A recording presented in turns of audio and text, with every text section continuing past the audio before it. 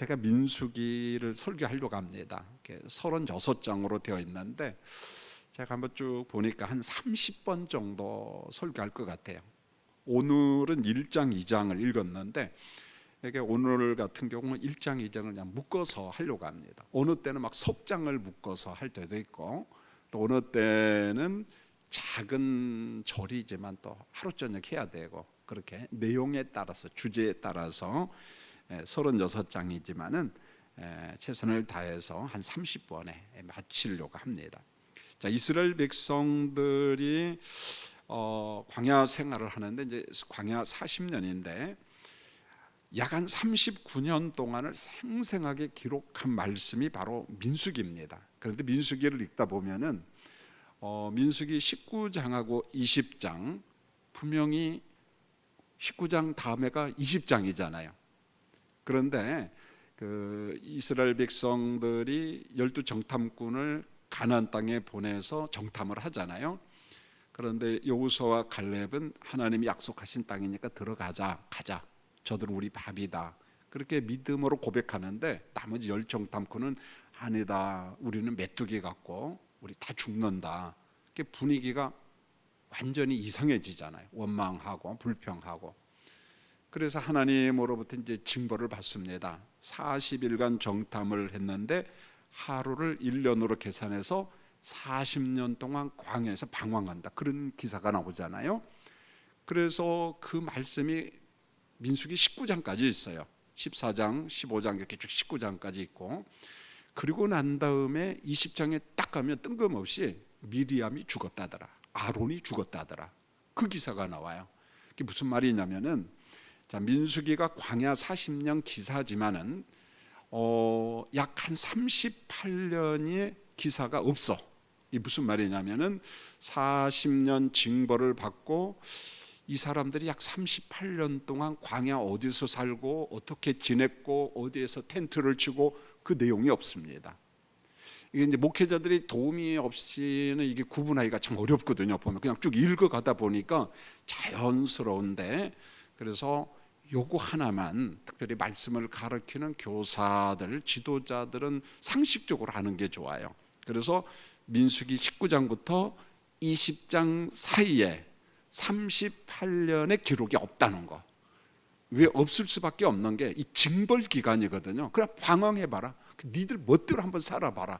그거 뭐 기록할 필요 없거든요. 그게 대부분 이렇게 보는 거예요. 그냥 여기 갔다 저기 갔다 막 왔다 갔다 빙글빙글 돌고 막 그런 개념입니다. 그래서 19장에서 20장 사이에는 이런 공백기, 이들이 어디에 정착하며 어떻게 살았나, 그런 내용이 없다는 거. 그래서 나중에 그 분야 설교를 할 때 좀 더 세밀하게 제가 말씀을 전하려고 합니다.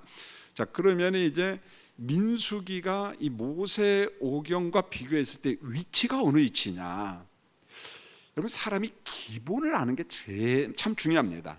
개론을 안다는 거죠. 여러분 언젠가 들어봤을 거예요. 스타벅스가 영업이 안 됐어요, 한때. 그래서 그 스타벅스 오너를, 원 오너를 다시 데려오죠, 보면은. 근데 그분이 이걸 어떻게 회복시킬 것인가, 복구할 것인가, 그게 뭐냐, 기본으로 돌아가자는 거거든요. 코로나 환경 속에서 요즘 제가 계속 묵상하는 게, 그럼 2023년도는 어떤 목회를 할 것인가. 그렇다, 기본으로 다시 돌아가자.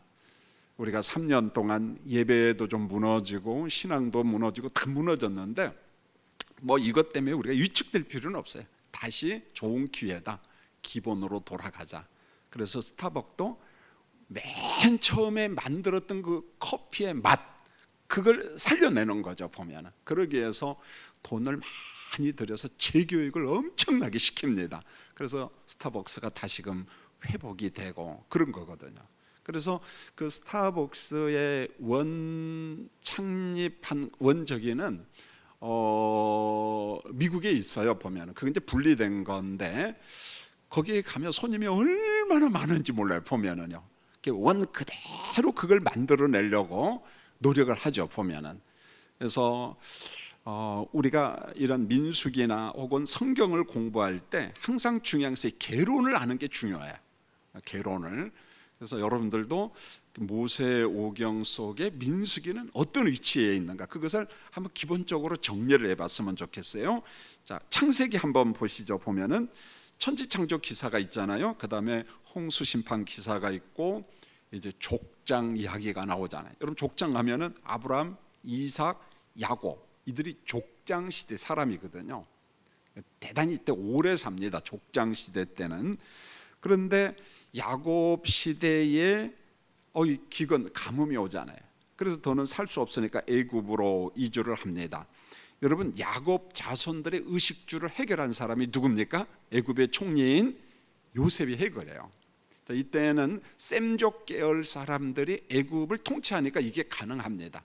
왜요? 같은 종족이니까. 그래서 원주민 애굽 사람들은 지금의 어떤 이디오피아 같은 쪽으로 다 후퇴를 해줘. 왜냐하면 셈족 계열이 들어와서 이제 애굽을 이집트를 통치하니까 이때 바로 요셉이 총리가 돼서 이주해 온 가족들, 부모님과 형제들, 조카들을 먹여 살려죠. 자, 그러다가 요셉의 유언이 나와요. 애굽의 총리였던 요셉이 창세기 50장 25절에 보면은 이런 말을 합니다. 내 해골을 메고 올라가겠다 하라, 약속하라는 거예요. 거기서 이미 죽잖아요. 그렇지만은 하나님이 약속한 가나안 땅에 최종적으로 난 묻히고 싶다. 내가 백골이 됐지만, 해골이 되었지만은 내 해골이라도 약속의 땅으로 울러매고 가라. 그래서 출애굽할 때 요셉의 백골을 갖다가 메고 가요, 여러분요. 그리고 가나안 땅에다가 묻어 줍니다. 요셉의 유언과 요셉의 죽음으로 창세기 기록이 마감이 돼요. 자, 보세요. 창세기는 천지창조 기사부터 요셉이 죽었다더라. 이게 창세기예요. 자, 그러면 이제 출애굽기 이치는 창세기 말씀을 종결한 사람이 요셉인데 출애굽기를 이어가는 사람도 누굽니까? 요셉이야. 보면은요, 요셉이 출애굽기를 이어갑니다. 자, 출애굽기 1장 5절로 7절에 보면은 야곱과 함께 애굽으로 이주한 야곱의 가족들, 자녀들까지 70명이에요. 여러분 이 70명의 가족들을 조금 전에 이야기했어요. 누가 먹여 살렸어요? 요셉이 먹여 살리며. 이게 참 얼마나 귀한지 몰라요. 여러분 이런 생각을 하세요. 우리 집안 전체가 좀 어려워. 그런데 어느 날부터 내가 잘 살아. 하나님이 내게 복을 줬어요. 그러면은요, 괜히 어깨에 힘주지 마세요. 그렇다, 하나님이 나로 요셉 되게 하셨사오니 그래 내가 한번 70명 먹여 살려보지. 우리 가문 한번 먹여 살려보지. 하나님이 내게 주신 축복이다. 그런 기분 좋잖아요, 여러분요. 그래서 어렵게 살아가는 사람, 그래서 내 도움이 필요한 사람을 가볍게 여기지 말고 내게 저로의 찬스, 기회 주신 거 아니냐, 여러분 그런 거 아니겠어요? 보면은요, 그런 마음으로 요셉을 묵상하면은 난 사람이 벌어서 70명, 700명을 먹여 살린다. 여러분 얼마나 기분 좋아요, 보면은. 그렇게 좀 보면 좋겠어요. 자, 이제 요셉은 아들들을 애굽에서 출생을 합니다. 어느 순간 요셉과 그의 형제들이 다 죽고, 그런데 이스라엘 백성들이 말 그대로 생육하고 번성하고 여기에 더 나가서 매우 강하게 돼요. 이 고센 땅 중심으로 해가지고 이스라엘 백성들이 가득 찹니다. 애굽 본토의 왕조가 무서워할 정도로, 야, 이거 이러다가 우리가 당하는 것 아닌가라는 그런 생각이 들 정도로. 이 말은 무슨 말이냐면 창세기 12장 1절로 3절 하나님께서 아브라함에게 약속했어요. 너희 족속이 땅에 어떻게 된다고요? 많아진다고 했어요. 번성해진다고 했는데 그 약속이 성취가 된 거죠. 출애굽기 1장 8절에 보면은 드디어 요셉을 알지 못하는 새로운 왕이 애굽을 다스려요. 이 말은 원 본토 왕조가 애굽 땅을 회복했다는 말입니다. 국토를 회복했다는 거예요. 셈족 계열은 다 쫓아내버리고 함족 계열이 이제 본토 이집트를 갖다가 회복했다, 그런 말이에요. 새로운 왕이 되었죠. 자, 애굽에서 종살이를 하는 이스라엘을 건질 모세가 태어납니다. 모세가 태어난다는 거죠. 하나님이 모세를 불러요. 출애굽기 3장 18절로 19절을 보면 모세야, 이스라엘을 데리고 애굽을 떠나라. 출애굽의 떠남의 사건이 나오잖아요. 여러분 때가 참회라는 게 이거잖아요. 이미 창세기 15장에 보면은 하나님께서 약속을 하잖아요. 아브라함과 너희 후손들이 4대 동안 이집트에 가서 종살이 할 거다. 그러나 4대가 지나면 400년이 지나면은 다시 약속의 땅으로 돌아올 것이다. 이때 조건이 하나 있습니다. 아모리 족속의 죄가 가득 차면. 여러분 이게 중요합니다. 때가 차며, 이 때가 참에라는 말은 갈라디아서 4장 4절에 나와 공간적 개념이에요. 자, 여기에 보면은 물그릇이 있는데 물이 다 차면 하나님의 구속 역사를 이루겠다, 그런 말입니다. 그러니까 하나님이 약속한 때가 참에, 아브라함과 약속한 때가 참에, 그 때가 참에 속에 뭐가 있냐? 아모리 족속의 죄가 간영하면, 이 말은 가나안 땅에 죄가 간영하면은 애굽에서 종살이하고 있는 이스라엘 백성들을 가나안 땅에 보내서 죄악을 싹 청소한다는 말입니다. 그러니까 여기에 아주 오묘한 하나님의 구속 역사가 담겨져 있잖아요. 그러니까 하나님의 시간표가 되매 드디어 때가 참에 애굽에서 종살이하던 이스라엘 백성들이 이제 애굽을 떠납니다. 출애굽기 15장에 보면 홍해 도하 사건, 굉장히 구속적인 의미가 있지요. 출애굽기 15장에 보면 수르강의 엘림에 도착하잖아요. 뭐 70 종려나무 이런 기사도 있지요. 출애굽기 16장 신광야에 도착합니다. 드디어 애굽에서 나온 지 2달 15일이 됐어요. 약 75일이 지났습니다. 그리고 출애굽기 19장을 보면은 애굽을 떠난 지 석 달 만에 어디까지 오냐? 시내 광야에 드디어 도착을 합니다. 시내 광야, 성경에서 엄청 중요하잖아요. 여기에서 장막을 치고 여기에서 모세가 뭘 받아요? 하나님의 말씀을 받습니다. 드디어 율법 시대가 시작이 되는 거예요. 여러분, 율법 이전 시대, 율법 시대, 그리고 그리스도께서 오시면 은혜 시대. 여러분, 율법 이전도 믿음으로 구원받아요. 율법 시대 때도 믿음으로 구원받습니다. 은혜 시대도 무엇으로 구원받아요? 믿음으로 구원받아요. 성경이 강조합니다. 시종일관 우리가 구원받는 건 무엇으로 구원받아요? 믿음으로 구원받습니다. 시내산에서 율법이 주어진다는 거예요. 이때 하나님께서 시내산에 장막을 친 백성들에게 너희가 누구냐?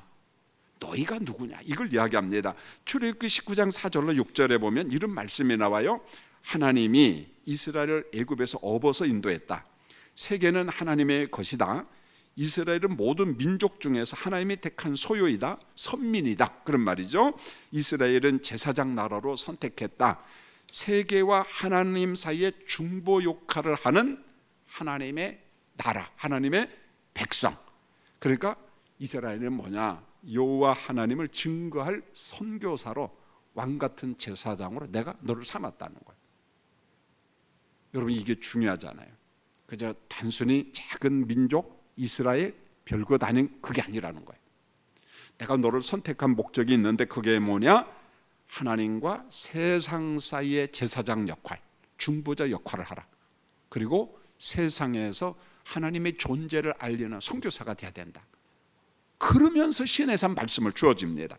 그리고 이제 출애굽기 20장에서 출애굽기 40장을 보면은 하나님이 모세에게 주신 율법이 나오잖아요. 시내산 말씀이 나오는데 모세는 하나님이 주신 다양한 법, 말씀을 백성들에게 그대로 진술을 합니다. 그리고 언약을 맺잖아요. 양푼에다가 피를 뿌리잖아요. 피를 담아가지고 백성들에게 뿌려요. 무슨 말입니까? 하나님이 시내산에서 주신 언약을 몽땅 다 지키겠습니다. 약속을 맺는 거거든요. 자, 그 다음에 이제 넘어가면 레위기가 나오잖아요. 여러분, 모세가 시내산에서 받은 말씀 중에 하나님 앞에 나아가는 방법이 나와요. 하나님 앞에 우리가 어떻게 나갈까? 거룩과 성결에. 여러분, 거룩과 성결이 없으면 하나님 앞에 못 나갑니다. 그 죽어요. 거룩과 성결. 그래서 백성들이 거룩하신 하나님 앞에 나가는 방법, 하나님과 교제하는 방법, 그게 바로 레위기에 나와요. 그게 뭐냐? 제사법하고 절기법이라는 거예요. 제사는 어떻게 하나님 앞에 어떻게 나가지?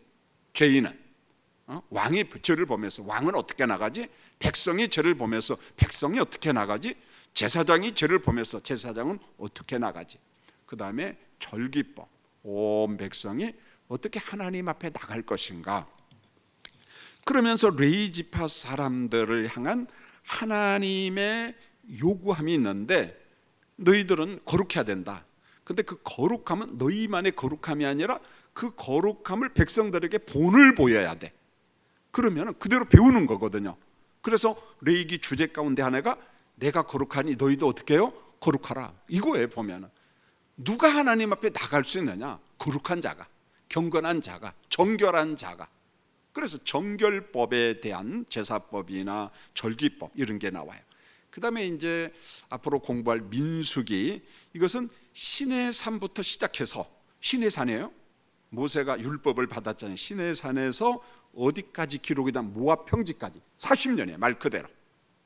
좀 정확하게 계산은 한 39년 정도 되죠. 한 39년 정도 되는데, 여러분 민수기에는 두 번의 인구조사가 나와요. 민수기 하면 인구조사, 그렇게 생각하면 돼요. 자, 1세대 인구조사는 어디서 하냐? 시내산에서 합니다. 시내산에서 20살 이상 장정, 이 군인이에요. 군인. 네, 군인들입니다. 장정 조사를 합니다. 그런데 1세대가 광야 40년 생활하면서 다 죽습니다. 전부 다 죽어요. 이제 2세대 새로운 공동체가 만들어집니다. 그래서 2세대 인구 조사는 어디에서 하냐? 모압 평지에서, 가나안 땅을 보는 눈앞에서 합니다. 인구 조사를. 그러니까 1세대는 시내산, 여기서 인구 조사는 군인이라 그렇게 생각하면 돼요. 그리고 2세대, 1세대는 다 죽었어요. 여호수아와 갈렙에. 모세도 인구조사 끝나고 죽습니다. 느보산에 올라가서 죽습니다. 그래서 2세대 인구조사는 그 모압 평지에서 이루어진다. 그래서 시내산부터 모압 평지까지 40년 이스라엘 백성들의 방황기사, 광야 생활 기사가 민수기에 쫙 나옵니다. 여기에서 이제 민수기가 광야 40년을 어떻게 설명하냐? 인생은 나그네다. 누가 노래 불렀어요? 최희준. 인생은 나그네 길. 한번 불러볼까요? 제가 뜬금없이 부르면 은혜가 안 되겠죠. 인생은 나그네 길이다. 인생은 본향을 찾아가는 외국인과 같은 존재다. 그 이야기합니다. 외국인 같은 존재다. 그러면 여기서 조심해야 됩니다. 홀로 정처 없이 걷는 나그네. 이것도 무슨 유행가 같죠? 정처 없이 걷는 나그네가 아니라 누가 함께해요? 선한 목자 되신 하나님이 자기 백성을 인도한다. 그래서 성경에는 목자와 양의 비유가 엄청나게 많이 나와요. 하나님께서 지도자를 목자로 삼았는데 목자 역할을 못하면 하나님께서 엄청나게 혼냅니다. 그게 에스겔서 34장이야. 너희가 목자 역할을 못하니까 예언자, 제사장, 왕들, 내 백성들이 방황하고 짐승들이 밥이 되는데 너희들 뭐하냐? 하나님께서 엄청나게 책망하잖아요. 다윗도 그러잖아요. 시편 23편 여호와는 나의 뭐라고요? 목자라고. 이게 목자 사상이에요. 성경에서. 너는 내 백성이야, 내 양이야, 난 목자야. 너희가 나그네 생활하는 것처럼 보이지만, 정처 없이 방황하는 것처럼 보이지만 아니야. 내가 있잖아. 나는 선한 목자야. 민수기 말씀이 이런 과정이 쭉 나오는 거예요. 민수기 말씀이. 자, 그 다음에 모세오경의 마지막 신명기는 이스라엘의 1세대는 다 죽었어요. 어디서 죽었어요? 그냥 무조건 모르는 게 만사 형통이 아닙니다. 여러분 아는 체 하셔요. 광야에서 다 죽었습니다. 1세대는. 2세대 백성들이 그나마 힘들게 살아서 광야에서 40년 동안 살다가 20살이 60살이 됐습니다. 벌써 광야 생활을 하다가 드디어 눈앞에까지 왔어요. 약속의 땅 가나안 눈앞에. 어디다? 모압 평지. 모압 평지까지 2세대가 도착을 했어요. 이제 모세가 죽을 날이 얼마 안 남았습니다. 느보산에 가서 하나님의 부르심을 받아야 되는데, 이제 이 2세대 백성들을 어떻게 교육을 시켜야 되느냐, 이게 모세의 마지막 역할이에요. 그래서 2세대 백성들, 지도자들 다 와라 내 앞에. 모압 평지에서 지금까지 우리가 애굽에서 모압 평지까지 걸어온 길, 하나님이 주신 말씀, 이것을 교육을 하는 거예요. 재교육. 1세대는 다 죽고 없어. 이제 그의 자손들, 후손들만 있는데 2세대의 교육을 시키면서 우리는 하나님의 선민이다. 하나님이 주신 신의 산 말씀을 가나안 땅에 들어가서 꼭 지켜라. 어디에 들어가서요? 가나안 땅에 들어가서 꼭 지켜라. 그러면서 그 유명한 신명기 28장 있잖아요. 하나님 말씀에 순종하면 뭐? 불순종하면 뭐? 저주. 이 2세대한테 주는 거예요. 2세대는 다 갔어. 1세대는 없어요. 2세대한테 부탁하는 겁니다. 모세가 마치 유언과 같은 거예요, 여러분요. 2세대에게 준 말씀입니다. 그러면서 신명기 34장 1절로 8절에 보면은 모세가 드디어 하나님 말씀대로 느보산에 딱 올라가서 죽습니다. 여러분, 성지답사를 꼭 갈 필요성이 있는데 여기를 가요. 근데 느보산에 가서 보면은 사해 호수가 다 보여요.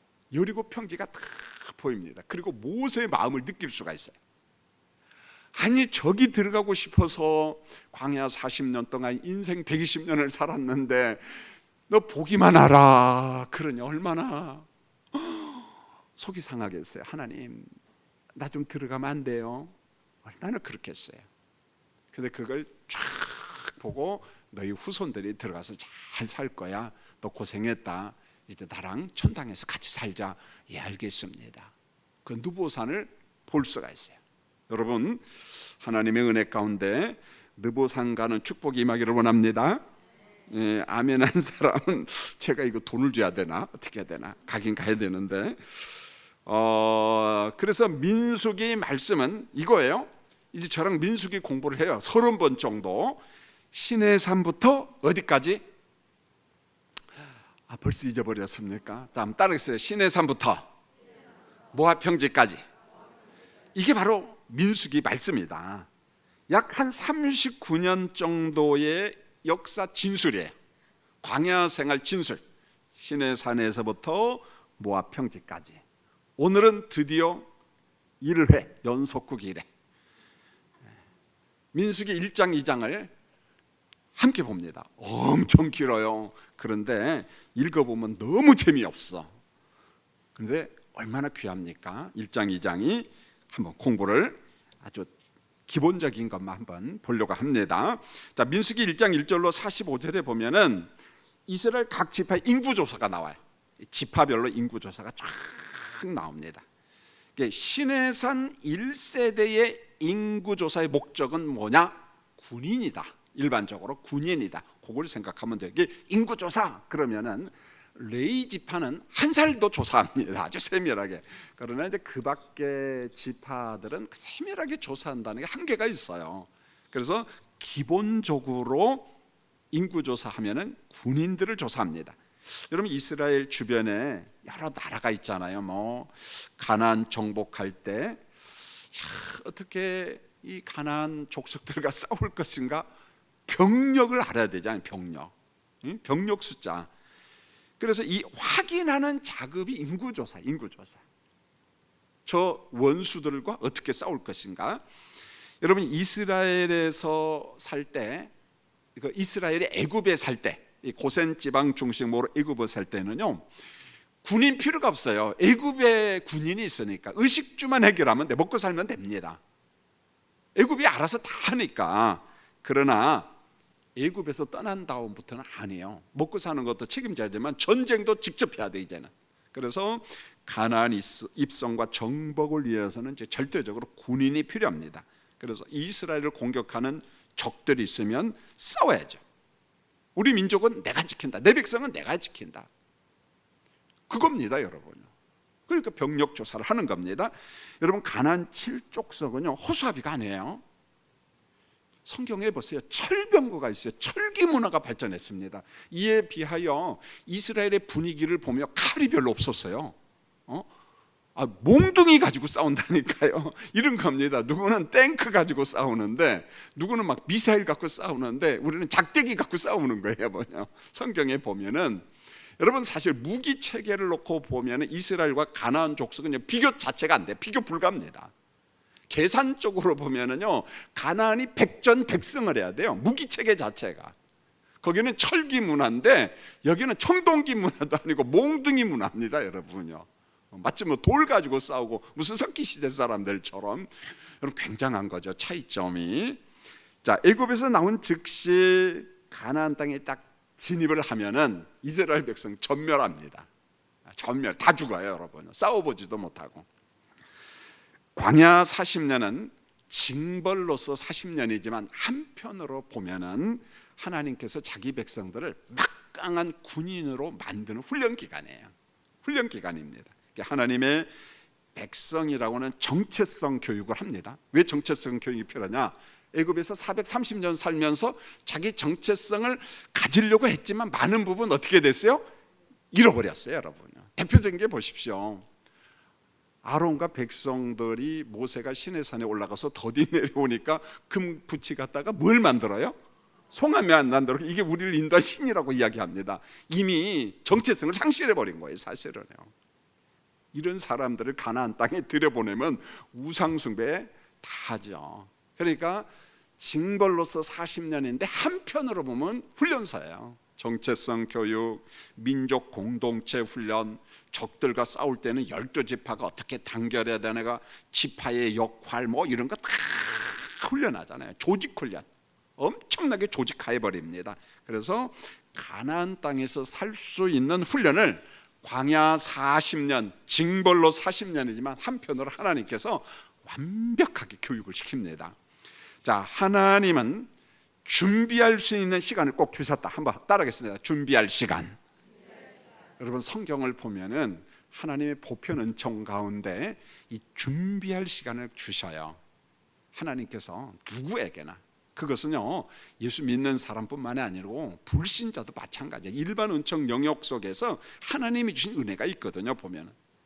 여러분, 저와 같은 목회자가 된다 생각해 보세요. 하나님이 준비할 시간을 충분히 주셔요.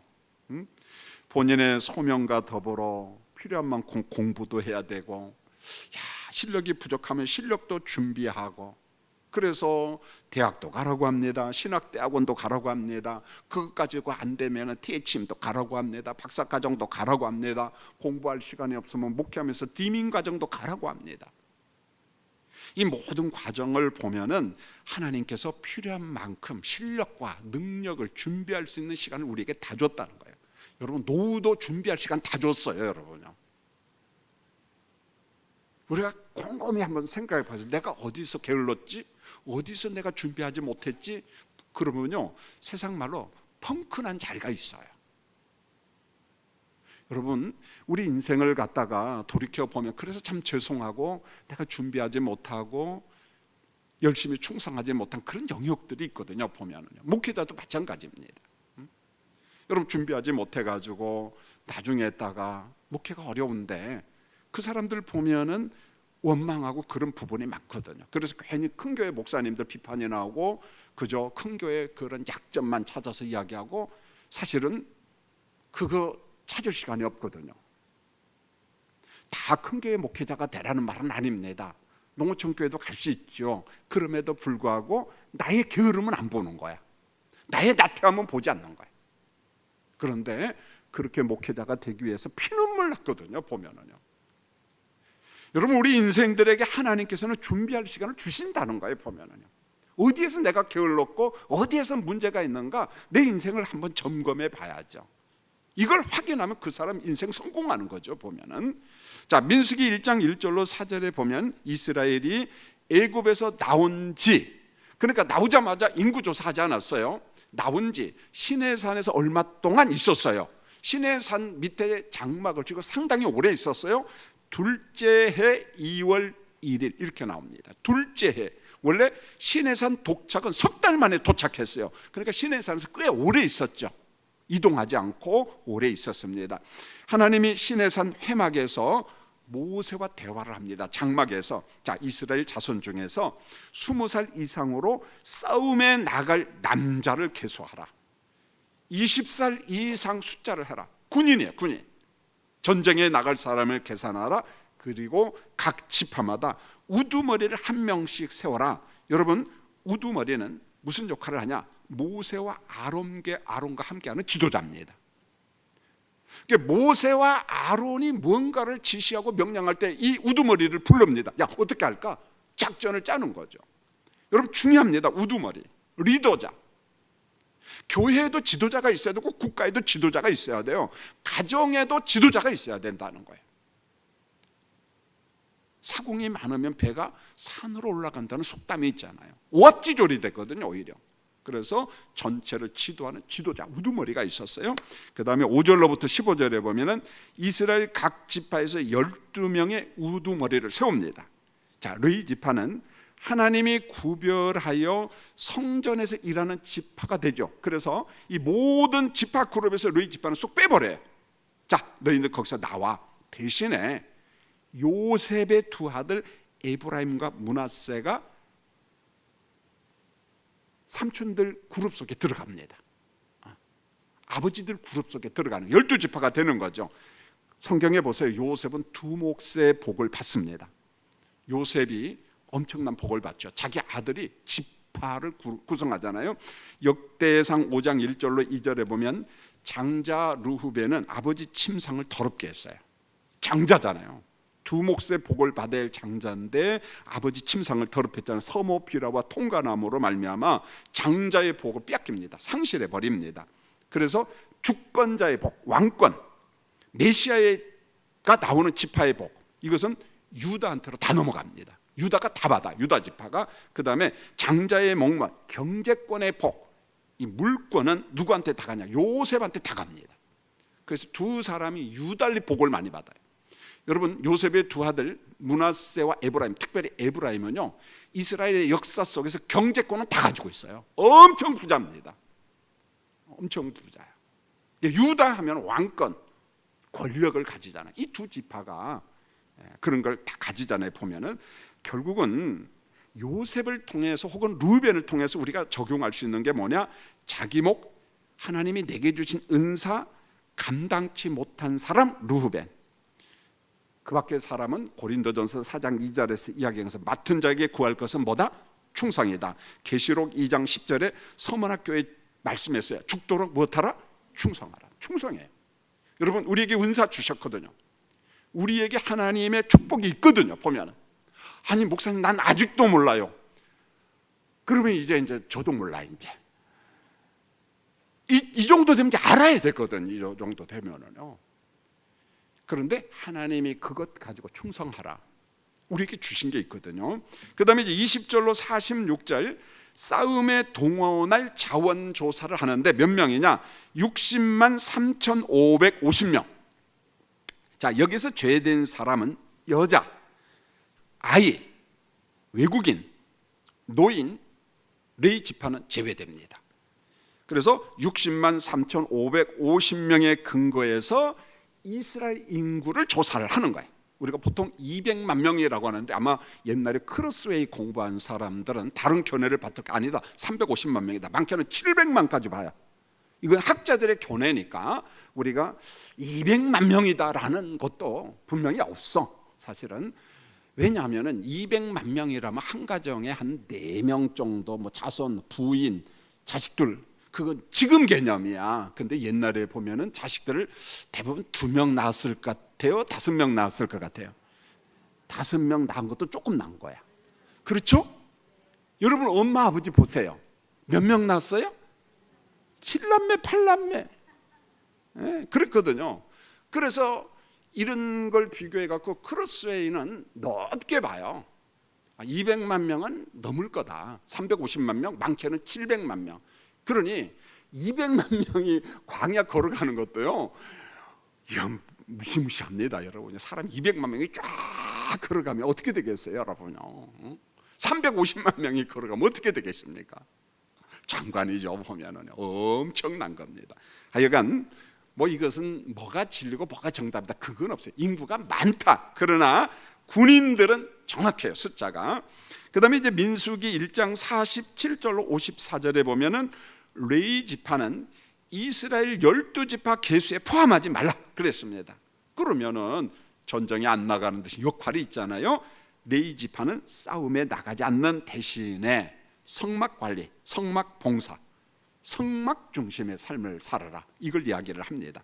그래서 레위 지파를 제외한 다른 12지파 사람들, 외인들이 성막에 가까이 오면 못 오게 막아야 돼요. 왜요? 성막에 가까이 오면 살아 죽어요. 다 죽어요, 여러분요. 그러니까 레위 지파 역할이 중요하잖아요. 성막에 못 오게 막아야 됩니다. 성막 봉사도 규칙대로 하는 거예요. 잘못했다가 레위 지파도 죽어요, 여러분요. 굉장히 조심해야죠. 그래서 민수기 이제 드디어 2장으로 넘어갑니다. 2장 1절로 34절에 보면은 각 지파, 12지파와 레위 지파죠, 진영을 설치할 구역을 배정을 합니다. 여러분, 이게 중요해요. 질서예요, 질서. 하나님은 광야 생활을 통해서 가나안 원주민을 대적할 수 있는 훈련을 드디어 시켜요. 그냥 아무렇게나 하지 않습니다. 그래서 12지파를 너는 여기 살아라. 그 다음에 성막은 모든 진영 중심에 있어야 된다. 그리고 12지파마다 지파에 우두머리를 세우고 지파마다 뭘 만들어? 군기를 만들어요. 깃발. 그 다음에 기호. 우리 나름대로. 여러분 군대 가면 깃발 기호 있어요, 없어요? 전 8사단 출신이거든요. 8사단이면은 여기에다가 뭐냐면 오뚜기 표시를 딱 합니다. 오뚜기. 11사단은 젓가락 부대라고 하잖아요, 보면요. 3사단은 백골 부대라고 해서 백골 막고를 다닙니다. 여기 깃발이 있고 기호가 있고 뭐가 있다는 거예요. 이게 뭡니까? 우리는 그 깃발 안에 하나라는 거예요. 통일성, 연합. 조직의 통일성, 오합지졸하면 안 되거든요, 보면은. 요즘에 저는 그걸 전쟁이라고 보지 않고 러시아하고 우크라이나 전쟁이라고 보지 않습니다. 러시아의 일방적인 침략, 못된 사람들. 그런데 요즘에 보십시오, 무기를 준비하고 그러니까 애국심이 우크라이나가 훨씬 많은 것 같아요. 어떻게 돼요? 러시아 다 점령할 것 같아요. 그냥 저 혼자 생각. 넘어가지는 않겠지만은 이 러시아 보니까 오합지졸이야, 보면은요. 오합지졸입니다. 연합이 안 됐다는 거예요. 조직이 구성이 안 됐다는 거예요. 그러니까 이 사람도 전쟁 때 가면 다 죽는 거예요, 보면은. 그런데 하나님께서 12지파에게 자 이렇게 하라면서 정확하게 조직과 위치, 너는 여기서 텐트를 쳐야 돼, 너희 군기는 이거야, 너희 기호는 이거야, 너희 깃발은 이거야, 철저하게. 여러분 성경을 읽다가 그냥 넘어가면 안 돼요. 왜 그랬지 하나님께서? 왜 이렇게 하셨지? 그게 우리한테 요구하는 거예요, 여러분요.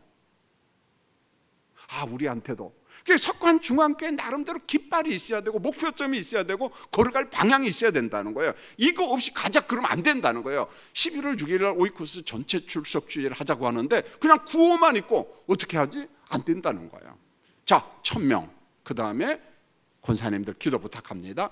예년처럼 하지는 않습니다. 그러나 2차 예배 회복, 권사님들에게 지시를 하는 거죠. 따라오세요. 여러분들이 도와줘야 됩니다. 여기에서 손 다 넣고 목사님 혼자 알아서요. 안 되죠, 보면은요. 그리고 권사님들 안 따르면 직무유기죠, 보면은요.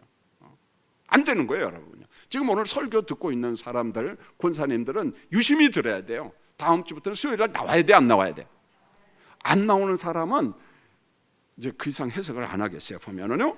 그리고 난 다음에 3절 9절에 보면 동쪽에는 어느 지파, 여기 동쪽이 태양이 뜨는 데거든요. 여기에 유다 지파가 들어가요. 왜요? 유다 지파는 메시아 지파거든. 동쪽은 하나님이 들어가고 나가고 그런 개념이야. 그것은 우리 교육자들이 잘 설교를 하니까 시간이 없어요, 지금. 10절로 16절은 남쪽, 17절에 보니까 회막은 중심의 레위 지파, 그 다음에 18절로 24절은 서쪽, 그 다음에 25절로 32절은 북쪽, 단, 아셀, 납달리 지파, 이렇게 12지파, 그리고 레위 지파 딱 위치가 있어요. 여기 있어야 돼, 여기 있어야 돼. 아무 데나 가서 텐트 치면 안 돼. 왜요? 그러면 엉망진창되거든요. 광야에서 어떻게 찾아요? 200만 명, 300만 명이 축구를 가는데 한 놈이 자기 지파에 텐트 치지 않고 남의 지파 가면 그 사람 못 찾아요. 이건 죽는 거예요, 여러분요. 그러니까 정확하게. 자, 이제 설교를 빠른 시간에 마쳤습니다. 1장, 2장, 민수기 1장, 2장 첫 강의인데 인구조사, 세밀하게 조사하라. 그 다음에 지파마다 지도자를 세워라. 그리고 이스라엘은 성막 중심으로 살아야 된다. 가운데 성막이 있습니다. 그리고 깃발 아래 모여라. 그리고 전진하라. 그리고 지파는 항상 연합하라. 무질서는 성경에 없다는 거 하나님께서 싫어한다. 레위 지파는 성전의 거룩함을 보존하라. 그래서 누구든지 성전 옆에 와서 물건을 만지고 접근하다가 죽으면 안 된다. 그건 레위 지파 책임져요. 백성을 살려야지. 죽으면 안 되잖아요. 사랑하는 성도님들, 우리가 이런 민수기를 보면서 석간중앙교회가 무질서하게 가면 안 된다는 거예요. 조직이 있고 이 조직이 왜 필요한가? 당회가 왜 필요한가? 권사님들이 왜 필요한가? 시무집사가 왜 필요한가? 이걸 모르는 사람들이 너무 많아요, 보면은. 그래서 직분 딱 뽑고 안녕 하고 끝나버립니다. 내가 권사인지도 몰라. 내가 시무집사인지도 몰라. 뭐 하는지도 모른다는 거예요. 그러면 안 된다는 거예요. 여러분, 한 가지 부탁합니다. 우리 권사님들은 마치 하나님께서 기도하는 지도자로 세웠다 생각하고 이번 주부터 금요 기도나 수요 예배, 새벽 예배 오셔서 전체 출석주를 해서 기도해 주시기를 주의 이름으로 부탁을 드립니다.